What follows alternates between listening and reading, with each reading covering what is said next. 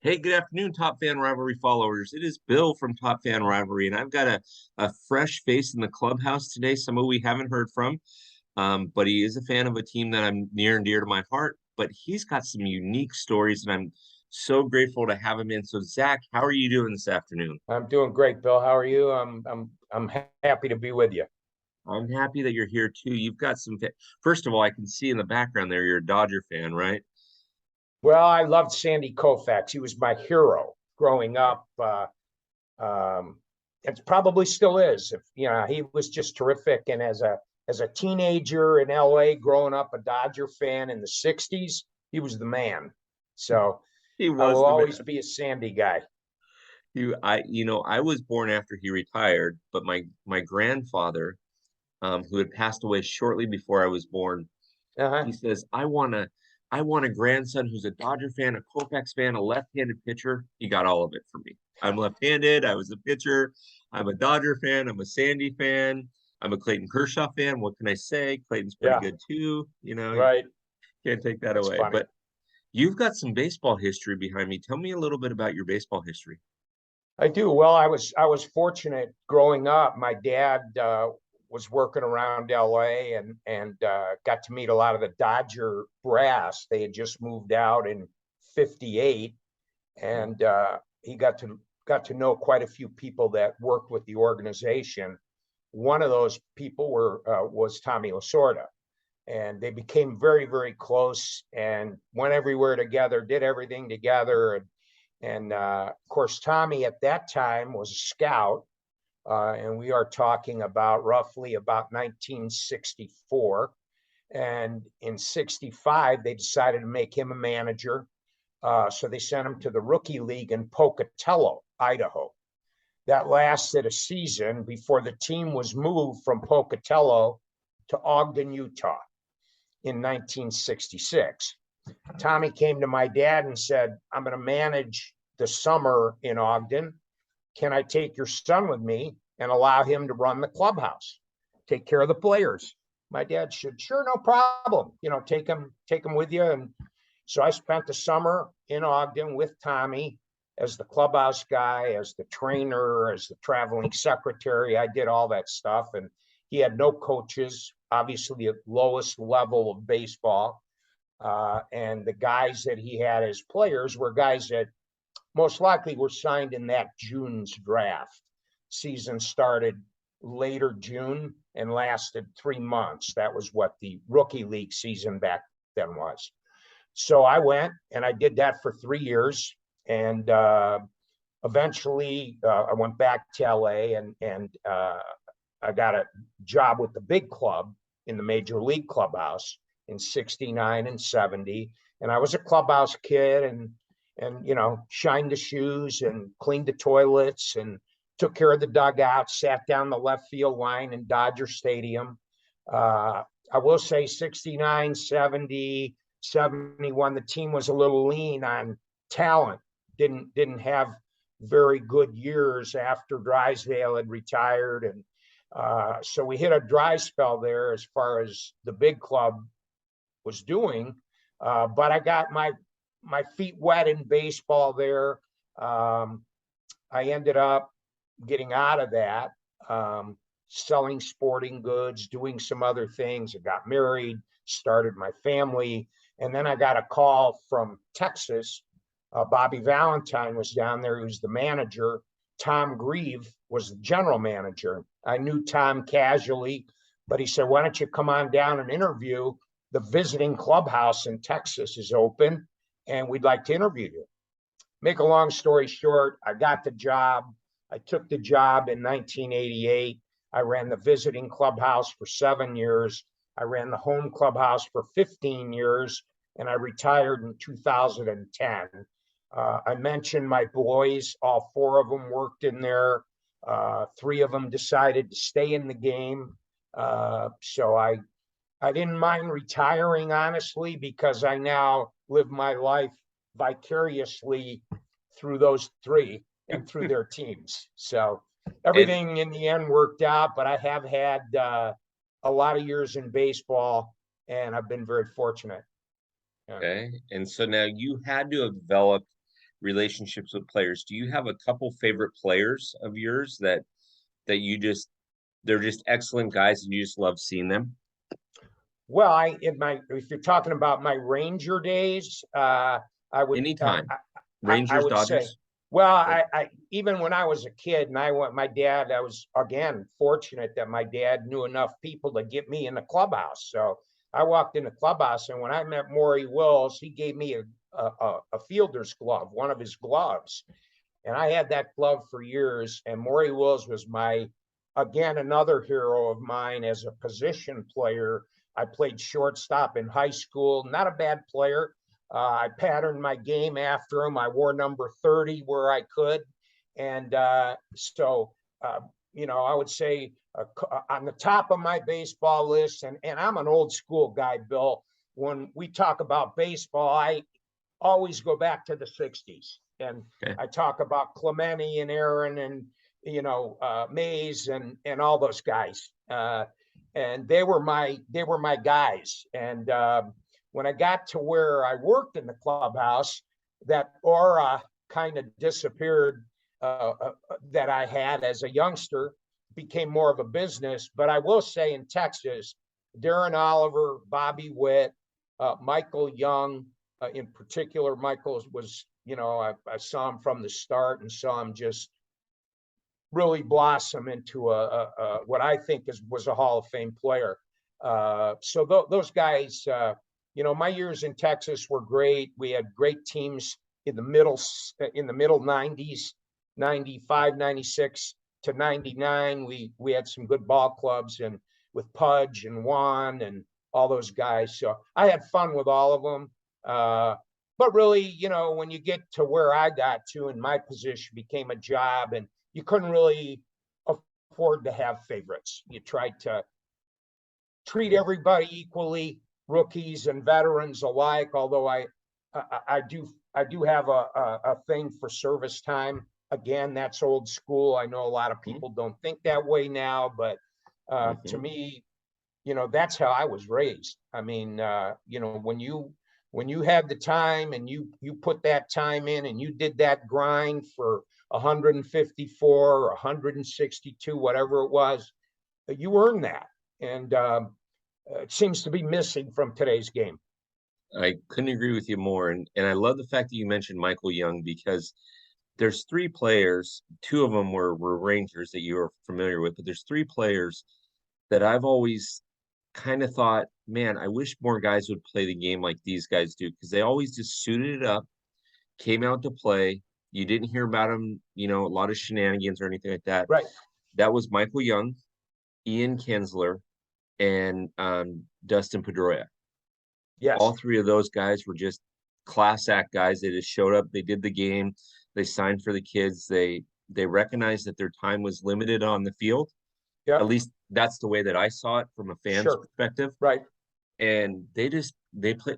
I mean, are you going to say anything negative about Dustin or Ian or Michael? Probably not. I mean, these guys played well. Michael he's just a classy guy. He just, went about his business, and he led by example, not so much by words, but by his work ethic and the way he conducted himself with his wife and his family and the organization. He's just a class guy, and he'd be right at the top of my list right now. But as far as visiting players, which to me was a little more fun in my career, I enjoyed that probably the most of all those 7 years. And the players they're friends of mine today. And it's a number of years later, but Kirby Puckett, I never saw a player like him. He was incredible as a teammate. He was the greatest athlete I've ever seen. Bo Jackson, unbelievable guy. George Brett, Robin Yount. I mean, you go right down the list of those kinds of guys that played when I was there in the late 80s and through the 90s and into the 2000s. There were some terrific ball players. Oh yeah, the Garrett Anderson, Tim Salmon. Yep. I mean, you could go down through, and let's not forget guys like Ricky Henderson. That's right. Well, you talk about, you mentioned the Angels, Darren Erstad. Hmm. He's a player. I mean, he's a game guy that's going to give you everything he's got, every time he comes to the park. Yep. Yeah, no, and I, as you know, I grew up in Orange County. I'm a Dodger fan, but I grew up in Orange Hmm. County, and I've been to that ballpark. The only place I haven't been in that ballpark, I want to say, is the dugout in the clubhouse. But Mm, I've been to every nook and cranny because back in the days when I was in high school years ago, they used to have getaway days on Wednesdays, right? Where right. you didn't have these off days on Thursday for travel days. And so if the Angels had a getaway day, the tickets, you could sit up in the nosebleed for $1. We'd, Yeah. ditch practice, go up, sit up in Right. the nosebleed for $1. By Right. the end of the game, we're down on field level because everybody's gone, right? So Sure. Yeah. but okay, so Yeah. I want to transition to you a little bit. You've had some phenomenal experiences, but I hear you have a book out. Tell me I about your do. book. I have a book, Lasorda U. Okay. Um, it chronicles the 68 season. Um, and you got to understand that, and I know it's hard for people to probably get this, but uh, you have a certain period in your life, I guess, where you feel like that's the most impactful time of your life when you reflect back. And so in my reflection back, those 3 years that I spent with Tommy here in Ogden were by far my most impactful 3 years of my life. I mean, I grew up, I became, I went from a kid to a semi-man, I learned a lot. I got a lot of experience. In the end, it turned out that I didn't know many years later I would be a major league equipment manager, but that's just how the cards fell. I thank Tommy for that. I thank my dad for that. Uh, but my love of the game continues with my family involved. When Tommy passed, and I've known those Sordas for 60 years, when Tommy passed, it revived this Ogden experience for me. And I felt like it just was something that needed to be chronicled. We'd hear the stories no longer, at least not from Tommy's lips. So they're in the book. I think it's a good book. I think it's about, obviously about Tommy, but it's about the guys that didn't make it. It's not about Steve Garvey. It's not about Bill Buckner. It's not about Bobby Valentine. We know what they did. It's about the 20 some guys that I was able to find after 54 years and interview and get their feelings on Ogden and Tommy. And I think the book really is for them, for the guys that didn't make it, for the guys that loved it, for the guys that lived it, for the guys that will always remember it. And it's a tribute to Tommy. So Love a it. dual meaning there.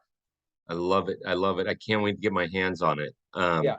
Because it's going to be fun. Now, is this the first book that you've written, or have you It's published the other first books? book. It is the first book. I've talked about a couple other things, and there might be a book or two down the lane here. We'll see. Okay. Like to write a children's book. I have a soft spot for kids, so I may not look it, but because they say I have a face for radio, but uh, but I do. I had 4 kids. I love kids. I have a lot of nieces and nephews. Yeah, I'd like to take a crack at a children's book with a baseball theme. I love it. I absolutely love it. In fact, my wife and I just took 2 of my nephews. We have 17 nieces and nephews, and we Mm-hmm. just took 2 of Wow. them up to LA, up to the Museum of Tolerance, Okay. which is a phenomenal place. And there's a children's book written about Sandy Koufax Really? there. Yeah, in fact, I've got a copy of it. I'll try to get it out to you, but it's very interesting because it takes it from a perspective of, do you know who Sandy Koufax is? Yeah. That type of a thing. And it was just a gorgeous book, absolutely phenomenal book. Huh, Um, cool. and so yeah, so we'll have to get you one Yeah. out, but it's Yeah. pretty Yeah. phenomenal. Huh. So okay, so we know that you got a book. We know that you got the stories. I cannot wait to read your book. But for those of you that are listening, Zach, where do they get it? Where do they get your book? Actually, go to Amazon, and if you Hmm? put in Lasorda University, the book will pull up. It's available through Amazon in a soft cover and a hard cover. Okay. There's another publisher called Lulu.com, Lulu. Lulu makes a premium hardcover of the book for anybody that wants a little higher quality paper, a little higher quality photos, a dust jacket on the book, something they're going to keep up on a bookshelf or as a memento. A good source to get a quality hardcover would be lulu.com. But the Amazon hardcover is great. It is, I have one here. It is cover printed rather than having a dust jacket. Okay. It is cover printed. Other than that, it's a beautiful book. So 118 photographs and a lot of jokes and a lot of stories and a lot of pranks. And those 20 some individuals that I interviewed all had terrific things to say. And what I find most interesting in dealing with these guys is they were from all parts of the country. And so their responses were saying the same thing, but it all sounded different because they were from South Carolina as opposed to California or Texas or New Yes. York. They expressed themselves so differently about the same subject. So I found that to be an interesting part in doing the research of it all. I'm just starting to hear from some of them. I just got their books out to them. I had about a dozen guys respond, and the response was terrific. I mean, they were so pleased, which made me happy because, as I said before, I wrote this book for them and for myself. Well, it's very therapeutic to be able to put things down in memories. Like you say, 1969 is, see, I always go to the 81, 82, 83 seasons because that's when I was first impressionable. So I can understand that. And I think that that's phenomenal that you did. I can't wait to get my hands on a copy of the book. Well, I'm gonna send you a book after we talk. I'm gonna get an address, but I think what you'll see is what we've done is we've interspersed the photographs throughout the pages. And what I think that did was it gives the reader a visual of what we're talking about. Because as you just said, 1968, it was a long time ago. A lot of you guys weren't around. And I'm hoping there's young readers like yourself out there that'll give this book a shot and see that it's a book about life and it's a book about a lot of things other than baseball. And I think even women, children, I hope, that are of reading age and all, I hope they all enjoy it. It's a clean book and it's got some terrific stories. I cannot wait. Now, for you top fans out there that are listening to this, Zach and I have developed a pretty decent relationship. We've got each other's cell phone numbers. When you buy the book, if you have an inkling that you want it signed, reach out to me on IM, on Instagram at TopFanRivalry or Twitter. I'll be happy to make sure that your book gets signed. Okay, so we'll make sure I will be happy to work with you on that, Bill, anytime. Anytime. We'll make sure that happens. And then I'm hoping to get a website up okay, that will allow them to order the book through the author signed. So I'm hoping that all pans out. We're working on the website now, and so we'll see how that all works out. But I would love to autograph. Well, the only thing, Bill, is it might devalue the book. But I doubt it. If you're willing to take that chance, I'm willing to autograph it. I doubt it, my friend. That's amazing. That's, for those of you that don't know Zach, that's Zach's humility right there. He's being humble. Humble writer, believe me. I'm just a guy that wrote a story. Believe me. Listen, you've got some great experiences, and you travel all throughout the country going to different things. And so when your website gets up, hopefully we'll be able to and I'll try to link some of the stuff on the Top Fan website as well, so that people can actually go and meet you in person, bring their book, get it signed, Yeah. whatever it might be. Yeah. Yep. So, well, my plan kind of right now is to focus in Southern California, do as many events as we can in that area. I might tie myself into the Lasorda wines and the events that they go to. I may join them. So I'm hoping to be in Southern California a lot. Of course, my son's with the Angels, my other son's with the Giants. So, and I grew up in California, so I've got California roots, believe me. And I'll be out there. And hey, an autograph is the least I can do, believe me. perfect. When you get out here too, we'll figure out a time to do a meal or something like that. That'd be great That'd times. be awesome. Love to do that. But for those of you Top Fan Rivalry followers that are listening to this, this is not the first time. This is the first time, but it definitely is not going to be the last that Zach's going to be on. This is a phenomenal individual who I had a chance to meet at an event. Just a very, very, he said everything already. I mean, he's a family guy that just loves and recognizes the fact that baseball has blessed his life. So please go to Amazon. Please buy his book. If you want it autographed, just work through me. I'll be happy to get it done. And I love the fact, Zach, that you took the time out to do this, because I wish more people had these stories that they'd be willing to share and take the time. So I'm so grateful that you've done this. Well, I appreciate it, Bill. It was a great meeting you at the Fullerton event. And the last thing I'll say about the book, and maybe even give myself a little pat on the back here, was I wrote it all.